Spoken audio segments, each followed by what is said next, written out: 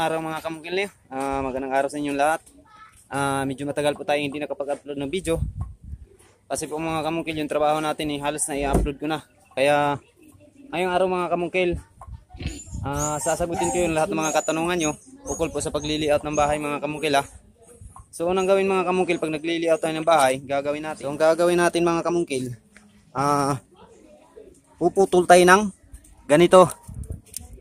Mga 3 feet yung taas, puputulin nyo, tapos tutulisan nyo sa bandang dulo, yung isang dulo, kasi yun yung ibabaon natin sa lupa para tutulisan natin para po madali siyang babaon sa ilalim. So puputol kayo ng ganito mga kamungkil na gawin nating pampusti sa butterboard natin. Tapos ngayon mga kamungkil, ito kasi nilili-out ko dito mga kamungkil, may muhon to. Ayan, nakikita nyo mga kamungkil, yan yung muhon nya. So puputol tayo ngayon ng ganito mga kamungkil para pampusti natin sa butterboard natin, ganito. Tapos pag naputol na natin yan mga kamungkil, lalagyan natin ng bawat corner ng tag-iisa. Tulad dito mga kamungkil, ayan, meron din dyan, meron din doon. So bali 4 na corner yung lalagyan mga kamungkil. Tapos pag nalagyan nyo na yan mga kamungkil ng 4 na corner, ilibil nyo ito mga kamungkil kung saan kayo kukuha ng libil. Sa akin mga kamungkil, kung saan yung medyo mataas na parte ng lupa, yan, papakita ko mga kamungkil. Napapansin nyo mga kamungkil, mababa dun, mataas dito, kaya dito ako kumuha ng libil ngayon mga kamungkil. Yan, dito ako kumuha ng libil, ito. Kasi pag dun tayo kukuha ng libil sa mababang parte mga kamungkil, pagdating dito hindi natin tatamaan to. Kailangan nating maghukay para malibil natin yan. So tamang-tama dito ako kumuha ng libil. Pag libil natin, tatamaan natin doon. Sakto lang doon. So ilibil nyo mga kamungkil. Pag nalibil nyo na lahat mga kamungkil, lalagyan nyo na ngayon ng butterboard natin. Kadalasan makikita nyo mga kamungkil, liter L lang yung butterboard. Mula dito hanggang dyan. Tapos itong tansi na to, ito na yung pupunta papunta doon. Bawat corner nakaliter L lang siya. Pero sa akin mga kamungkil, nilalagyan ko lahat ng 2x2 paikot. Yung purpose natin dito mga kamungkil, itong 2x2 na paikot na nilalagay natin, madali nating i-divide o sundin yung plano sa bahay. Kasi dito ka na mismo mag guguhit dito sa butterboard na tunad nito mga kamungkil. Nakikita nyo itong layout na to, mula dito sa pako na yan papuntang dito, ito yung CR nya. So madali lang siyang i-layout. Kaya ang purpose natin ito mga kamungkil, kailangan talaga may 2x2 na nakapaikot sa buong muhon nyo, sa buong lupa, para po madali tayong makapag divide o sundan yung plano na gusto ng may-ari na bahay.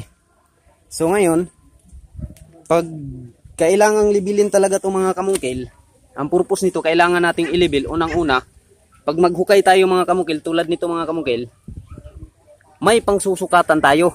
Kung mula dito sa tansi hanggang ilan yung lalim natin, ilan yung baon natin sa hollow block papuntang ilalim. So dito tayo magbabase mga kamungkil. Yan yung unang dahilan kung bakit ililibil natin sa butterboard pa lang, dito pa lang. Pangalawang purpose mga kamungkil kung bakit natin ililibil, pangalawa, pagdating dito sa CHB natin, sa file natin, dito siya kailangan magpantay lahat ng CHB natin papunta doon sa tansi na yan. So ito yung guide natin na kailangan pagdating natin dito sa tansi na to na nakalibil na, pantay na siya lahat. So kung hindi kasi natin ililibil to mga kamungkil, pwede naman. Pero ang mangyayari mga kamungkil, hindi mo matansya kung gaano kalalim yung uhukayin mo doon. Kasi hindi mo nalalaman mga kamungkil, dito tumaas, dito. Pagdating doon, hindi mo nilibil, bumaba. So hindi pantay-pantay yung paghuhukay natin sa lupa. So kailangan mga kamungkil, ilibil natin sa butterboard pa lang, dito pa lang. Ilibil natin paikot. Tapos pag nalibil na, guhitan nyo, saka nyo pakuan ng 2x2, paikot din. Tulad ng ginagawa ko mga kamungkil. So lahat ng yan, nakatayo na poste, saka pinakuan ng 2x2. Nakalibil yan mga kamungkil. Yan. So, yun yung pangalawang purpose mga kamungkil kung bakit natin ilibil Pangatlong purpose mga kamungkil kung bakit natin ililibil kailangan dito, para po hindi tayo mahirapan mag eskwela dito. Ha? Kasi minsan mga kamungkil, pag hindi natin nalibil to, yung tansi natin nasa baba yan. Pag hindi natin nilibil mga kamungkil, ito ang posibleng mangyayari. Yung tansi natin nasa baba, yung isa naman nasa taas. So paano mo ngayon siya iiskulahin mga kamungkil na hindi nagsalubong yung tansi natin, hindi nagpang-abot dito. So kailangan mga kamungkil malibil to at nang madali kang makapag-eskwela dito. Kuha mga kamungkil. Kailangan mga kamungkil unang-una pag natayo nyo na tong poste sa bawat muhon nyo, sa 4 na corner, ilibil nyo.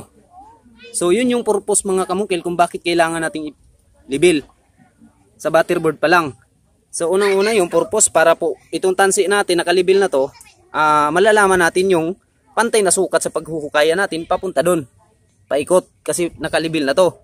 Pangalawa, pagdating dito sa tansi na to, yung CHB natin ay ipapile natin, pantay na siya lahat pagdating dito. So yan mga kamungkil ha.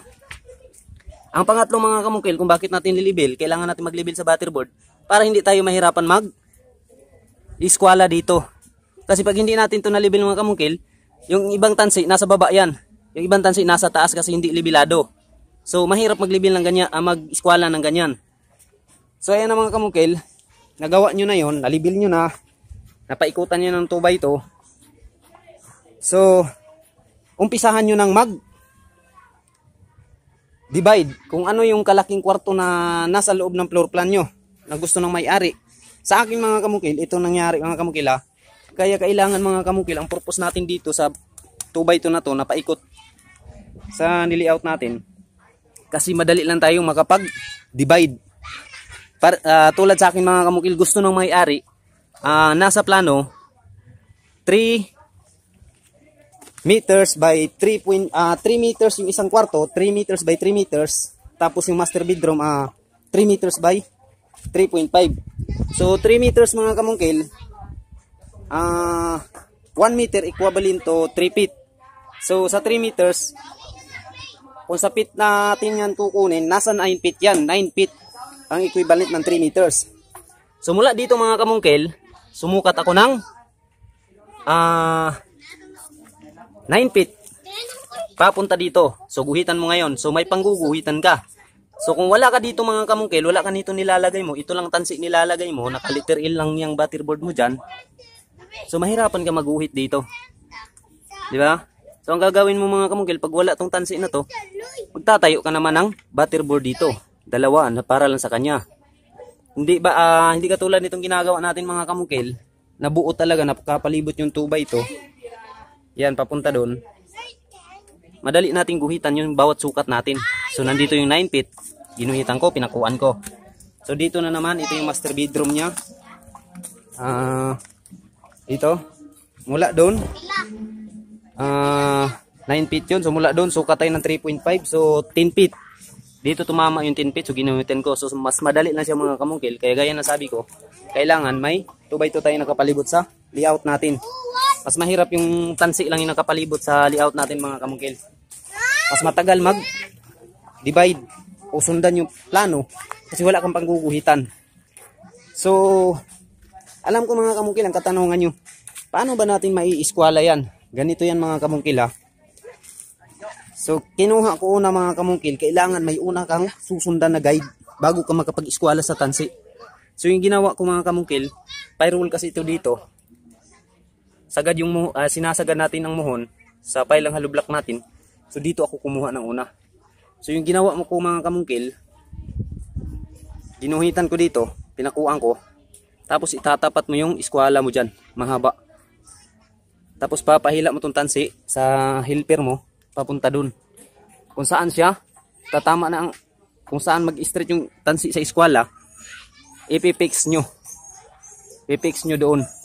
So ngayon may guide na kayo. Itong tansi una nating guide. Itong guide natin, pinakaunang guide natin to. So ngayon ang gagawin nyo mga kamungkil, kasi may guide na kayong tansi, hindi na kayo dito mag-i-eskwela. Kundi dito na. Sa tansi na to. Tansi to tansi na tayo. So ang ginawa ko mga kamungkil, kumuha ko ng 2 feet mula dun sa muhon papunta dito. Yun yung allowance natin para yung tubig ulan hindi lalampas dun sa kabila. sakto-sakto lang na tubig ulan dyan babagsak. Hindi tayo lalampas sa kabilang muhon kasi bawal yan mga kamukil. So kumuha ko ng tupit, gunihitan ko dito, tapos nilagyan ko ng tansi, pinahila ko doon sa helper ko. Ngayon dito na ako nag-eskwela. Dito na ako nag-eskwela mga kamukil sa tansi to tansi. So yan lang mga kamukil ang pag-layout. So sa paghuhukay naman mga kamukil ng poste, ito mga kamukil tansi ito. Kita nyo mga kamukil, corner tansi. So usually mga kamukil, pag hindi pyrol yung ginagawa ko, mula dito sa tansi na to, sumukat ako palabas ng 20 cm mula dito. Ha? Dili, wala na diya. Kana lang dong tunga. Oh, okay ni. Kini na dayon diri. Oh, kana diya. Ano yung ukayan, pusti na diya. Kato dito. Susumukat ako ng 20 cm. 20 cm dito. Mula dito 20. So yung ano niyan mga kamungkil, yung kalalabasan niya, ang laki ng butas natin 40 by 40 square meter. 40 by 40 cm. Yung laki ng butas natin pag ground floor lang mga kamungkil. Pero pag 2 stories, hindi pwede yung ganyan kalaki mga kamungkil ha. Saka iba yung pag-layout ng 2 stories saka sa ground floor. Hindi advisable na ground floor yung pagkagawa. Pagdating na susunod na taon, gagawin mo 2 stories. Hindi advisable yan mga kamungkil ha. Bawal na bawal talaga yan. Kasi pag ganun yung gagawin mo, pwedeng mag-collapse yung nasa baba. Pag pinatungan mo ng purong concrete sa taas. So, ang gagawin mo dyan mga kamungkil, pag gusto mong ipa 2 stories yung bahay mo, magbakal ka na lang lahat sa taas. Hindi pwedeng concrete. So, papakita ko rin sa inyo mga kamungkil kung paano gumawa ng anilyo. So, may nagawa na ako dito mga kamungkil. Ayan. Kapag binding na ako, so yung ginawa kong bindinganan mga kamungkil, yan lang oh. Kasi yung bindinganan ko naiwan sa bahay. So, papakita ko sa inyo mga kamungkil kung paano gumawa ng stirrup. So, pakita ko talaga mga kamungkil ang buong layout nitong bahay ah. Napapansin nyo ito mga kamungkil, tansi. So, dyan banda mga kamukil, kwarto yan. Pati dito, ito yung master bedroom nila. Ito yung 3.5 meters. Tandaan mga kamukil, ang 1 metro, equivalent to 3 feet yan. So, pag sinasabing 3.5 meters, nasa 10 feet yan. Something. So, kinuha natin. Ito yung master bedroom nila. Ito yung isang kwarto nila. Tapos, nandito yung CR nila. Ditong tansi na yan. So may CR dyan yan, papunta dito. Tapos dito yung lababo nila. Dito. Tapos pagdating dito mga kamungkil, kita nyo may tansi din, may poste din dyan. Dito yung pintuan nila, exit door nila. So yung pile dyan mga kamungkil, papunta dito. Hanggang dyan, pagdating may tansi na naman mga kamungkil, papunta dun. So itong natitira dito mga kamungkil, dyan natin ilalagay yung septic nila. Dyan yung exit door nila. So yung septic nila, parang apakan na nila dyan. So itong natitira, yung tansi na yan, yung maliit na yan, ito, papuntan dito. Ito yung sala nila. Papunta dito. Yan tansi na yan. Papunta yan dito mga kamungkil. So itong tansi na to. Dito yung main door nila. So yung kabuuang layout nito mga kamukil, bali nag letter L to. Yung forma ng bahay nila. So ayan. Tansi, papunta doon. Kikita nyo. So kung napapansin nyo mga kamukil, nagagamit talaga yung 2x2 na nilalagay natin palibot. Dyan ko lahat kinakabit yung mga tansi. At saka dyan na rin ako mismo nag-divide. Para mapagkasya-kasya yung laki ng lupa. At saka sa gustong laki ng bahay nila. Kasi yung nakuha nilang floor plan mga kamukil, hindi talaga pinagawa sa architect na angkop dito sa laki ng lupa nila, kundi basta-basta na lang nilang kinuha doon sa online kung saan nila nakukuha yun.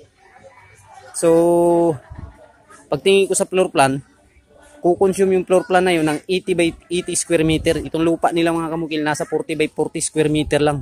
Kaya ang laki ng diferensya. Kaya ako na lang mismo yung nag-adjust mga kamukil. So ganun lang mag-layout ng bahay mga kamukil. Sana po na sundan nyo at nakuha nyo. Basta importante mga kamungkil, nalalaman nyo kung anong purpose, bakit ililibil natin sa butterboard pa lang. Saka ano yung purpose kung bakit kailangan lalagyan ng 2x2 paikot pag nagli-layout tayo. So, naipaabot ko na sa inyo mga kamungkil. At tuturuan ko naman kayo bukas mga kamungkil. I-upload ko din para ituturo ko sa inyo kung paano maglagay ng poste. Yung bakal pa lang, yung mga anilyo, paano gumawa. So, sana mga kamungkil, ngayong araw may natutunan kayo sa ating video. Saka sa lahat po ng sumusuporta sa aking channel, maraming salamat mga kamungkil. Nako, malapit na tayo mga kamungkil sa tagumpay. Kaya thank you sa inyong lahat. At sa lahat po, sa lahat, maraming thank you. Once again, Mongkil in the Vlog.